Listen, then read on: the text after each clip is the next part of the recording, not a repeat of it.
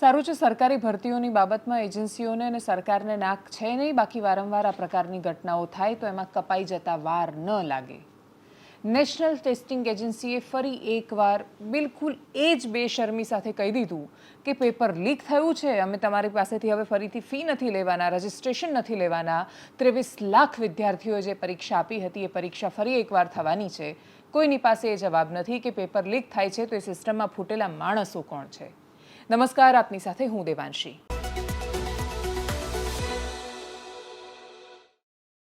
બારમા ધોરણના છોકરાનું જીવન તમે જોયું છે? ડૉક્ટર બનવાના સપના સાથે MBBSમાં એડમિશન લેવા માટે 2 વર્ષ સુધી એડી ચોટીનું જોર લગાવીને જીવનમાં બધા જ સુખ દુઃખ, બધા જ પ્રસંગો બાજુ પર મૂકીને સતત વાંચ્યા કરે છે એ લોકો. એક રૂમમાં ભરાયેલા રહે છે, જીવનમાં બાકી બીજા કોઈ રંગ જ ન હોય, એમ માત્ર ને માત્ર ભણવું ભણવું ને ભણવું. આ પ્રક્રિયા એક માનસિક સ્થિતિ છે, એક એવી અવસ્થા છે કે જેમાંથી ફરીથી પસાર થવું કોઈને ન ગમે.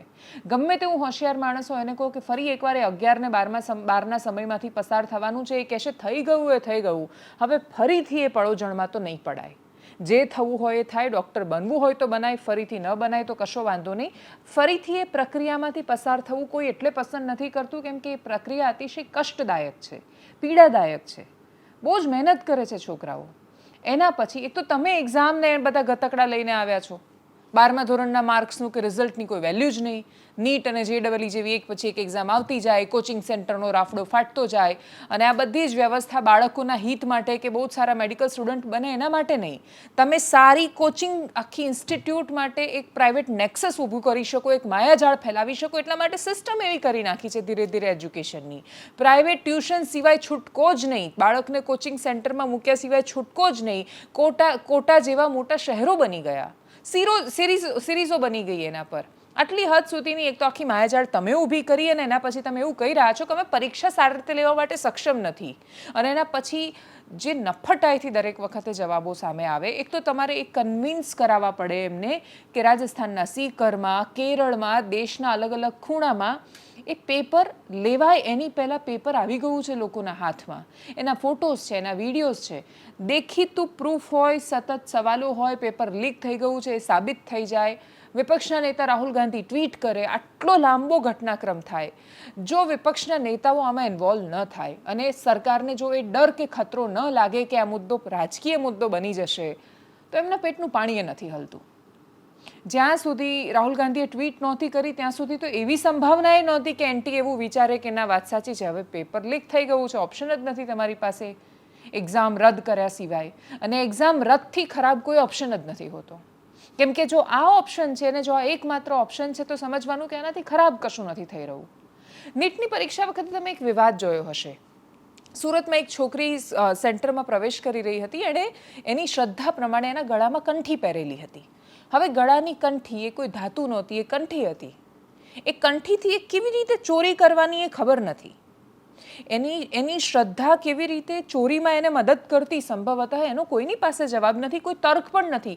કંઠીમાં બહુ નાના નાના દાણાવાળી મણિકાવાળી કંઠી કેવી રીતે ચોરી કરાવે એનો જવાબ નથી.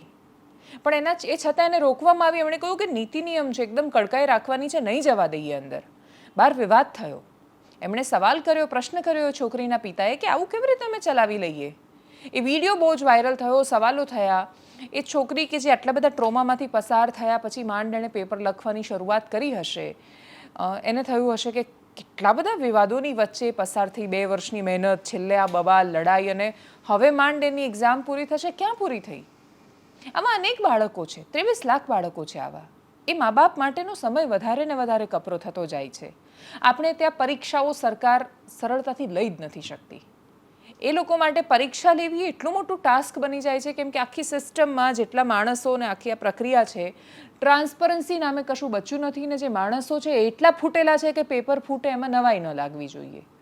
અને આ સ્થિતિ પછી પણ બહુ જ મોટી ને મહાનતાની વાતો કરતા પ્રત્યેક વ્યક્તિને એકવાર શરમ આવવી જોઈએ અને એકવાર એમણે એ બાળકોના માતા પિતાના પગરખામાં પગ રાખીને જોવું જોઈએ કે એ કેટલા ટ્રોમામાંથી પસાર થતા હશે આ સમયગાળા દરમિયાન. અને એના પછી એ ફરીથી લેવાતી પરીક્ષાઓમાં એ વાતની ગેરંટી જ નથી હોતી કે પારદર્શિતા હશે કે કેમ.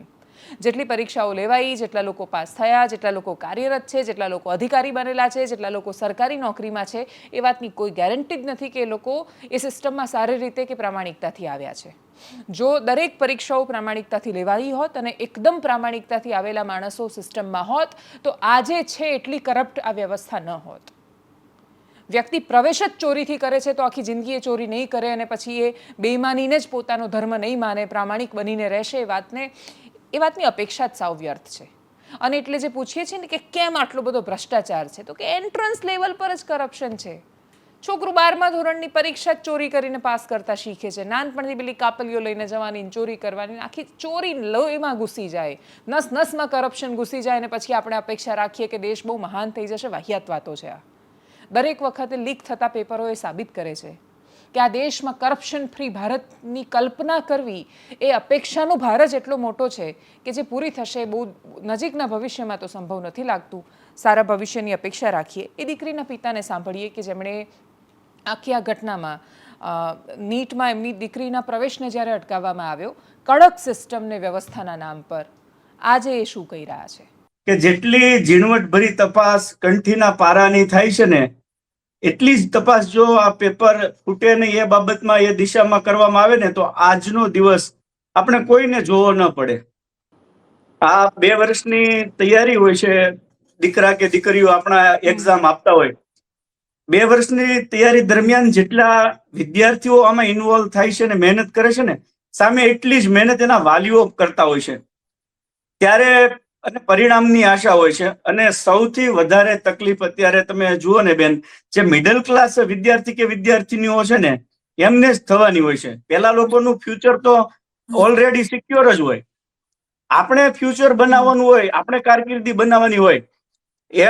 મેં જયારે મારી રીતે તપાસ કરી મેમ તો એવું જાણવા મળ્યું કે જે એનટીએ દ્વારા જે તપાસ એજન્સી નીમવામાં આવેલી હોય એમાં રજિસ્ટર્ડ એમ્પ્લોયને બદલે જે કોલેજમાં ભણતા છોકરા છોકરીઓને ત્યાં ઊભા રાખી દેવામાં આવે છે અને એને જે ઇન્ફોર્મેશન બુલેટિન જે એનટીએ દ્વારા રજૂ કરવામાં આવ્યું છે એને વાંચ્યું પણ નથી, જોયું પણ નથી હોતું. એમને ત્યાં તપાસ કરતા હોય છે. એટલી બેદરકારી ત્યાં વર્તી હોય છે. હું SVNIT માં મેં તપાસ કરી, ત્યાં રજિસ્ટર્ડ એમ્પ્લોય હતા અને જ્યાં મારી દીકરી ગૌતમી સ્કૂલ અમરોલી જે એક્ઝામ આપી રહી હતી ત્યાં એકદમ નઘરોળ તંત્ર હતું સાવ. હવે એ લોકોને કંઠી દેખાઈ ગઈ પણ બીજું કંઈ દેખાતું નથી. નીટ પછી વાત કરવી છે સરકારના ડબલ સ્ટાન્ડર્ડની. પ્રધાનમંત્રી નરેન્દ્ર મોદી જ્યારે આવીને એવું કહે છે કે સોનું ન લેવું કે પેટ્રોલ ડીઝલનો ખર્ચ ઓછો કરવો વગેરે વગેરે, એમણે જે બાકી બધી વાતો કરી, વિદેશ પ્રવાસો વગેરે ટાળવા હૈદરાબાદમાં, દેશહિતના દ્રષ્ટિકોણથી જોવા જઈએ તો દેશને જરૂર છે આપણે ફોરેક્સ રિઝર્વ ન ખર્ચાય. એના માટે કોઈ પણ સરકાર જ્યારે આ પ્રકારની અપીલ કરે ત્યારે એને ગંભીરતાથી લેવી જ જોઈએ અને દેશવાસીઓએ વિચાર કરવો જ જોઈએ. એમાં કોઈ શંકાને સ્થાન નથી. પણ એના માટેના ઉદાહરણની શરૂઆત સરકારે પોતે કરવી પડે. આ બધું જ જ્યારે થયું, એમણે હૈદરાબાદમાં કહ્યું, એના પછી એમણે સોમનાથમાં લાંબો રોડ શો કર્યો. પ્રધાનમંત્રીએ જાતે વડોદરામાં રોડ શો કર્યો, જામનગરમાં પણ કર્યો અને એ તો પ્રાઇમ મિનિસ્ટર છે ને એમના કાફલામાં હોય બરાબર. મધ્યપ્રદેશમાં એક સરકારી પદ પર પહોંચેલો નેતા, એક એને પદ મળે છે અને એ વ્યક્તિ જ્યારે પોતાના શપથ ગ્રહણમાં જાય છે 700 ગાડીઓના કાફલા સાથે શપથ લેવા ગયો. રાજસ્થાનમાં એ જ પ્રકારના દ્રશ્યો સામે આવ્યા. કોઈ પણ મંત્રી જાય એના કાફલાની ગાડીઓ તમે જોઈ છે? અરે મંત્રીને તંત્રીને બાકી બધા સંત્રીઓ જવા દો. પોલિટિકલ રેલીમાં અમે ખર્ચો ઓછો કરીશું, ખોટી જાહેરાતોમાં રૂપિયા નહીં બગાડીએ, આ પ્રકાર અથવા નેતાઓને કહીશું કે તમે વિદેશ પ્રવાસે ન જાવ, એવું કશું જ ન થયું. વડોદરામાં પ્રધાનમંત્રી નરેન્દ્ર મોદી જે કાર્યક્રમમાં હતા, સરદાર ધામનું લોકાર્પણ કરી રહ્યા હતા, ત્યારે પણ એમણે આ જ વાતોનું પુનરાવર્તન કર્યું અને પછી એમણે મંચ પર બેઠેલા મહાનુભાવોને કહ્યું કે ઇન લોગોं का भी योगदान है. આ લોકો પણ હવે વેકેશન આવ્યું એટલે પોતાના બાળકને વિદેશની ટિકિટો પકડાવી દેશે ને પછી જશે વિદેશ પ્રવાસ પર. ગઈકાલે અમદાવાદથી મુંબઈ જવાનું ભાડું 42,000 રૂપિયા હતું ફ્લાઇટનું. મુંબઈ જવું મારે 42,000માં પડે છે. તમે કોઈ પણ પહાડોમાં જવાનો આ સમય છે, ઠંડા વાતાવરણમાં જવાનો, પહાડોની હોટલના ભાડા જોઈ લો, પહાડોમાં ભીડ જોઈ લો. તમે જ્યારે કહી રહ્યા છો તમે ડોમેસ્ટિક ટુરિઝમ વધારવા માંગો છો, હકીકત એ છે કે ભારતમાં વિદેશથી આવતા પ્રવાસીઓ પણ ઘટી રહ્યા છે સતત. ભારતમાંથી વિદેશ જઈ રહ્યા છે. 2024ની ચૂંટણી પહેલાં ભારત વિશ્વગુરુ હતું. 2024ની ચૂંટણીમાં જ્યારે ભારતીય જનતા પાર્ટીને અભૂતપૂર્વ સફળતા ન મળી અને પેલું જે કેમ્પેઇન હતું કે પાપાને વોર રૂકવા દઈએ સફળ ન થયું, તો એના પછી આપણે વિશ્વબંધુ છીએ એ પ્રકારના હેશટેગ લખવાના શરૂ કર્યા. 2 મહિનાનો સમય પણ નહોતો લાગ્યો વિશ્વગુરુમાંથી વિશ્વબંધુ બનતા. ચૂંટણીના સમયગાળા દરમિયાન આ પ્રકારની કોઈ જ અપીલના પ્રધાનમંત્રીએ કરી, ના ભારતીય જનતા પાર્ટીના બીજા કોઈ નેતાએ કરી, ના દેશના અધિકારીઓએ કરી, ના અર્થશાસ્ત્રીઓએ કરી, ના કોઈએ સોનું ન ખરીદવાના, પેટ્રોલ ડીઝલ ઓછું વાપરવાના કે આ પ્રકારના કોઈ જ વિષયો પર કોઈએ કોઈ ફાયદા જ ન ગણાવ્યા. ચૂંટણી પૂરી થઈ, ભારતીય જનતા પાર્ટી અભૂતપૂર્વ રીતે સરસ રીતે જીતી. બંગાળમાં એમણે ઇતિહાસ રચ્યો, કેરળમાં પ્રવેશ કર્યો, તમિલનાડુમાં પ્રવેશ કર્યો, પોંડિચેરીમાં સરકાર બનાવી, અસમમાં હિમંતા બિસ્વાએ શપથ લઈ લીધા. આ બધું થયું એના પછી ખબર પડી કે ઓહો, યુદ્ધ ચાલી રહ્યું છે દુનિયામાં અને હવે વિશ્વમાં ચાલતી યુદ્ધની પરિસ્થિતિઓ વચ્ચે એમણે ભારતીયોને કહેવું પડશે.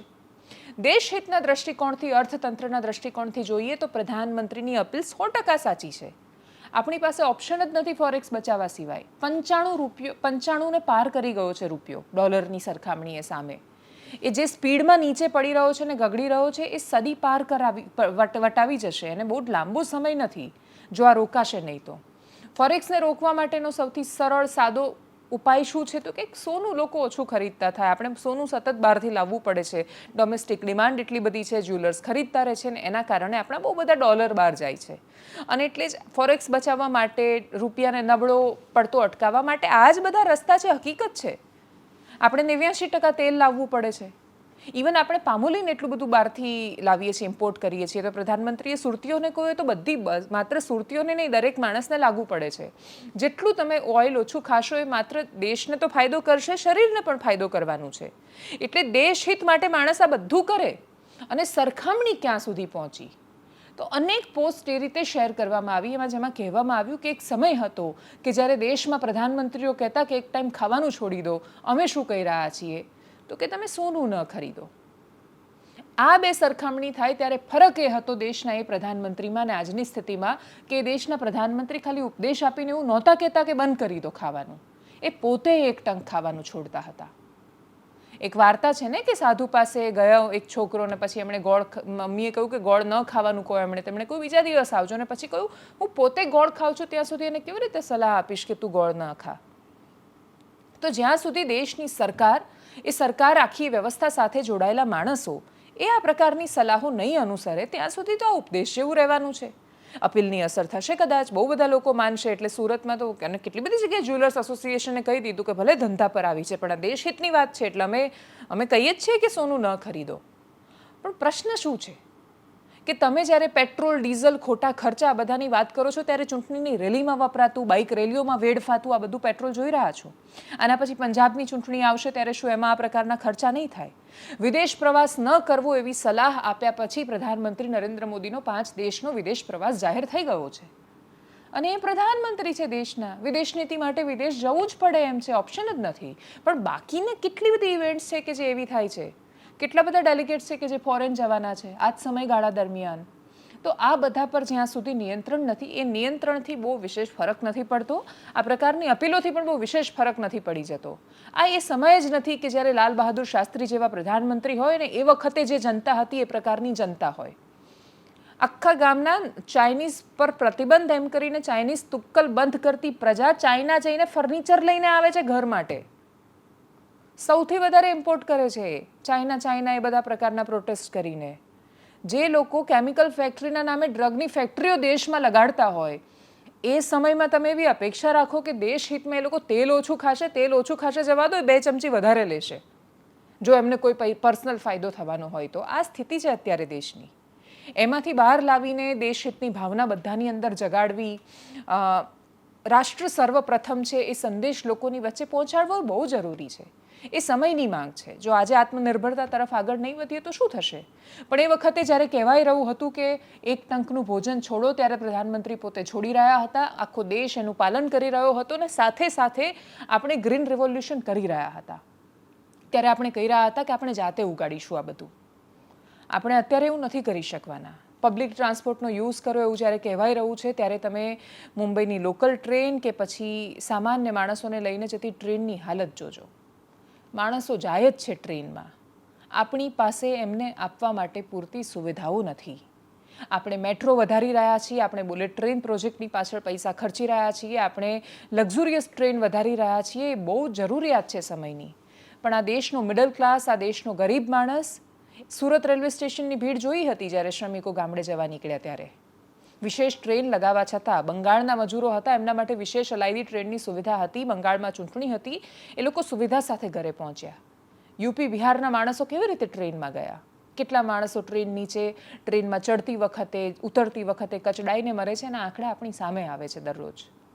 મોટા શહેરોમાં પબ્લિક ટ્રાન્સપોર્ટનો યુઝ કરતા માણસોની હાલત જુઓ. 1.5 કલાક વધારે થાય તો એ 5 રૂપિયા બચાવવા માટે એએમટીએસની મુસાફરી કરતા મિડલ ક્લાસ માણસને જોઈએ ત્યારે ભારત સમજાય છે કે એના માટે પોતાનો અડધો કલાક બચાવવા કરતાં 5 રૂપિયા બચાવવા વધારે જરૂરી છે. એ ઊભા જાય છે, બીઆરટીએસની ભીડમાં જાય છે, અને આટલી ભીડ બસમાં હોવા છતાં, એએમટીએસમાં હોવા છતાં, બીઆરટીએસમાં હોવા છતાં આ બધી જ સંસ્થાઓ કેવી રીતે નુકસાન કરે છે એનો જવાબ નથી. કેવી રીતે આપણે કોન્ટ્રાક્ટ પર બસો લઈએ છીએ, કેવી રીતે આપણે આ બધી જ બસો કોન્ટ્રાક્ટ પર એવી રીતે લઈએ છીએ કે આપણે જો જાતે સરકાર ખરીદે તો 3 વર્ષમાં નીકળી જાય એના પૈસા, પણ તોય આપણે એટલું ભાડું એમને ચૂકવીએ છીએ. દરેક વાતે કરપ્શન કરવા જઈએ છીએ, અને પછી જ્યારે પ્રજાને એ ઉપદેશ પહોંચે ત્યારે એવું કેમ આપણે માનીને બેઠા છીએ કે એનાથી દેશની અંદર અચાનક જ દેશહિત અને રાષ્ટ્રહિત સર્વોપરીની ભાવના આવશે? આ દેશ પ્રથમ એ ભાવના જે દિવસે આ દેશના પ્રત્યેક માણસની અંદર જશે ત્યારે કદાચ આ દેશના પ્રધાનમંત્રી અપીલ કરવાની જરૂર જ નહીં પડે. બાકી વિદેશ પ્રવાસોમાં કે એમાં બહુ વિશેષ પરિવર્તન આવશે કે કેમ એ ખબર નથી, ને આવે તો એ કેટલા મહિના ટકશે એનો કોઈ ચોક્કસ જવાબ નથી. ગંભીરતાથી આત્મનિર્ભરતા તરફ વિચારીએ એ બહુ જરૂરી છે. પ્રતિક્રિયાઓ પર કરીએ નજર. And I'm going to conclude this by saying we have 60 days of crude, which is the maximum we need. We have 60 days of LNG and we have 45 days of LPG. So there's no problem on the supply side. So why this panic since yesterday or a day and a half? Please see what the Honorable Prime Minister has actually said. And let's not put a bizarre construct on it. He's saying, and look, this is borne out by the facts. If you look at the news this morning, the leader of the largest economy in the world is saying that ceasefire is on life support. I think those are the exact words you use. I don't know what is happening. But isn't it time, when you look at the way this is happening, 75 days into a unending conflict, uncertainty is too mild a word. What he says, the time has come for us to look at our lifestyle also. And I totally endorse that. By the way, it's not that any lockdown is going to take place tomorrow. That's why I spend so much time giving you the supply situation. But surely, if you look at the fiscal situation, if you look at the fact that my oil companies are losing what? 1,000 crores every day, that the under recovery is going to be what? 198,000 crores, 2 lakh crores nearly. The losses are what? 1 lakh crore, if you look at the quarter. In that context, how long can you keep it like this? Where is the oil? It used to be at around $64 or $65. I have my statistics here, gone up to 115 in that basket. So isn't it time for all of us, the fact that you can have this, of course you're immensely popular, the CII, but you can have this fantastic gathering here. Everybody, many people have flown in, many people are the roads. I don't see any energy problem. No, I think we અને છેલ્લે વાત ગુજરાતના ગૌરવની, Gir Asiatic લાયન્સની, આપણા સિંહોની વાત કરીએ. આપણું ગૌરવ છે, આપણું સ્વાભિમાન છે, આપણે સતત એવું કહીએ છીએ, પણ જ્યારે સ્વાર્થ માટે બધું વેચવાની વાતો આવે ત્યારે ખબર નહીં કેમ આપણો આત્મા ડંખતો નથી. અને આપણી વાત આવે ત્યારે એ અધિકારી અને સરકારની સીધી જવાબદારી આવે છે કે જેમણે કાગળ પર એવું કેન્દ્ર સરકારને લખીને આપ્યું કે અમરેલી પાસે, રાજુલા પાસે બાબરકોટનો જે વિસ્તાર છે ત્યાં સિંહોનો કોઈ વસવાટ કે કોરિડોર નથી. માઇનિંગની પરમિશન માંગી રહી છે એક કંપની, એક ખાનગી કંપની કે જેણે માઇનિંગ કરીને વિકાસ કરવો છે આ દેશનો અને રાજ્યનો. એ કહે છે કે મને આ વિસ્તારમાં, સિંહોના વિસ્તારમાં તમે માઇનિંગની પરવાનગી આપો. હવે ત્યાં માઇનિંગની લીઝ મળે અને ત્યાંથી આ રીતે સિંહના વિસ્તારમાં માઇનિંગની લીઝ મળવાની શરૂઆત થઈ જાય તો પછી આખા દેશમાં અને રાજ્યમાં હાલત શું થાય? એકવાર જો થઈ ગયું તો પછી એ ઉદાહરણ પ્રસ્થાપિત થઈ જાય ને પછી એ પ્રસ્થાપિત ઉદાહરણના નામ પર વર્ષો સુધી, અનંત સુધી આ ચાલ્યા કરે. આપણે એવું કહીએ છીએ ગૌરવ સાથે કે આપણે 900 જેટલા સિંહ છે આપણે ત્યાં, એનાથી એ વધારે છે. સરકારી આંકડો એમણે આટલો ડિક્લેર કર્યો છે, એનાથી વધારે જ હશે. પણ એના પછી તમે અધિકારિક રીતે જે એરિયામાં ડિક્લેર કર્યું, 21 કોરિડોરમાંથી 20મા નંબરનો જે કોરિડોર છે ત્યાં માગવામાં આવેલી પરવાનગીમાં ગીર પૂર્વના ડીસીએફે રિટર્નમાં લખીને આપી દીધું કે ના, અહીંયા કોઈ સિંહોનો વસવાટ નથી. 1 વર્ષ પહેલાં જે સેન્સસ થયો, સિંહોની ગણતરી થઈ, એ વસ્તી ગણતરીમાં આ જ સરકારે કહ્યું કે ના, સિંહ છે. 2016 થી 26 વચ્ચે 5 જેટલા DCF બદલાયા. બધાની પાસે કોઈને કોઈ રીતે આ પ્રકારની પ્રસ્તાવનાઓ આવી અને બધાએ કડક રહીને નકાર્યું કે ના, આ ન થઈ શકે. તો અચાનક જ એવું શું થયું કે પોતાના જ જૂના સેટ કરેલા બધા જ ઉદાહરણોને બાજુ પર મૂકતા એવું કહેવાનો પ્રયત્ન કર્યો કે અહીંયા સિંહ નથી. વનમંત્રીને જ્યારે આ સવાલ પૂછાયો, એ ગીરમાં જ હતા, એ ગીરમાં બીજી એક ઇવેન્ટમાં હતા, ત્યારે એમને સવાલ પૂછાયો ત્યારે અર્જુનભાઈ મોઢવાડિયાએ કહ્યું હતું કે અમારી પાસે એવો કોઈ મામલો આવ્યો નથી ને અમે એવું કરીશું પણ નહીં. પણ એ સ્થિતિ તો ગંભીર છે. સિંહ પ્રેમી અને આજુબાજુના દરેક માણસોને, પર્યાવરણ પ્રેમીને ખબર પડી રહી છે કે આ ધીરે ધીરે ધીરે સિંહ અને એના પછી ગીરને ખતમ કરવાનો રસ્તો છે. માઇનિંગની લીઝ આપવી એ બહુ જ ગંભીર વાત છે ત્યાં, પણ આ થઈ રહ્યું છે. પ્રશ્ન ખાલી ગીરનો ક્યાં છે? છારીઢંઢને સરસ મજાની રામસર સાઇટ જાહેર કરી દીધી, એના પછી એના 500 મીટર દૂર JCB ફરી રહ્યા છે. શું કામ? તો કે વિકાસ કરવો છે, NTPCને ત્યાં સોલાર પ્લાન્ટ નાખવો છે. પરવાનગીઓ મળી જાય છે, NOC કોઈને કોઈ આપી દે છે. એટલે તમે બોર્ડર નક્કી કરી દીધી, રામસર સાઇટ તમે નક્કી કરી અને પછી કહ્યું કે આની બહાર છે એ બધું વેચવા માટે થોડું છે. કીરો નામે સુંદર મજાનો ડુંગર આવેલો છે ત્યાં, એ સુતેલો જ્વાળામુખી છે. બહુ કરોડો વર્ષની સંરચનાઓ હોય છે આ. અને જ્યારે સરકારો કાગળ પરની સરહદો નક્કી કરીને આપી દે છે પરવાનગીઓ, ત્યારે નથી વિચારતા કે ઉડીને આવતા પક્ષીને નથી ખબર કે આટલું રામસરમાં છે ને આટલું નથી. એ જ્યારે લેન્ડ કરીને કોઈ જગ્યાએ બેસે છે ત્યારે એને નથી ખબર કે કીરો છે એ સંરક્ષિત છે કે નથી. એ તો ત્યાં બેસી જાય છે. અને એટલે જ સરકારી વ્યાખ્યાઓમાં જ્યારે કુદરત અટવાતી જાય ત્યારે એનો કોઈ જવાબ મળતો નથી. ગીરના મુદ્દે હવે ત્યાંના સ્થાનિક ધારાસભ્ય હીરા સોલંકી, એમણે પણ પત્ર લખ્યો છે સરકારને અને કહ્યું છે કે આ પ્રકારની પરવાનગીઓ ન અપાય. જે તે સમયે અર્જુનભાઈ મોઢવાડિયાએ શું કહ્યું, હીરા સોલંકી અત્યારે શું કહી રહ્યા છે, સાંભળીએ એમને. હા સર, જે છે અને એ લોકોનું કહેવાનું છે સર કે આ રિઝર્વ ફોરેસ્ટમાં નથી આવતું સર. હવે જે સેટલમેન્ટ છે, FCI છે, એમાં એ વિસ્તાર છે, કોરિડોર બતાવેલો છે. કોઈ પણ રિઝર્વ ફોરેસ્ટમાં આ પ્રકારની માઇનિંગની ક્યારે મંજૂરી આપવામાં આવતી નથી, આવશે અત્યાર સુધી નથી આવી, હવે શરૂ થઈ છે સર. અને તો આવી એક પેરવી શરૂ થઈ છે સર કે જે સિંહોનો વસવાટ છે, પેરવી તો જી સેન્સસમાં આવ્યા. પેરવી છે, પણ અત્યારે અમારી પાસે આ પ્રકારે હજી કોઈ પ્રકરણ આવ્યું નથી. આવશે ત્યારે અમે આ પ્રકારની ફોરેસ્ટ વિસ્તારમાં જે માઇનિંગની મંજૂરી આપતા પણ નથી ને આપવાના પણ. એકચ્યુઅલી જાફરાબાદ તાલુકાનું બાબરકોટ ગામ 70 હેક્ટર જમીન જે ફોરેસ્ટ રિઝર્વ માટે રાખવામાં આવી હતી, એ 2 દિવસ પહેલાં અમારા ધ્યાન ઉપર આવતા ઘણા બધા લોકોએ રજૂઆત કરી અને આ રિઝર્વ ફોરેસ્ટની જમીન પ્રાઇવેટ કંપનીને માઇનિંગ કરવા માટે મંજૂરી આપી છે એવું ધ્યાન ઉપર આવતા તાત્કાલિક જ મેં અર્જુનભાઈ મોઢવાડિયા સાહેબને, વન વિભાગના મંત્રીશ્રીને આ ધ્યાન ઉપર મૂક્યું છે પત્ર લખીને. અને સાચી હકીકત એમને આપી છે કે નથી આપી એ મારા ધ્યાન ઉપર ઓન પેપર કાંઈ આવ્યું છે નહીં.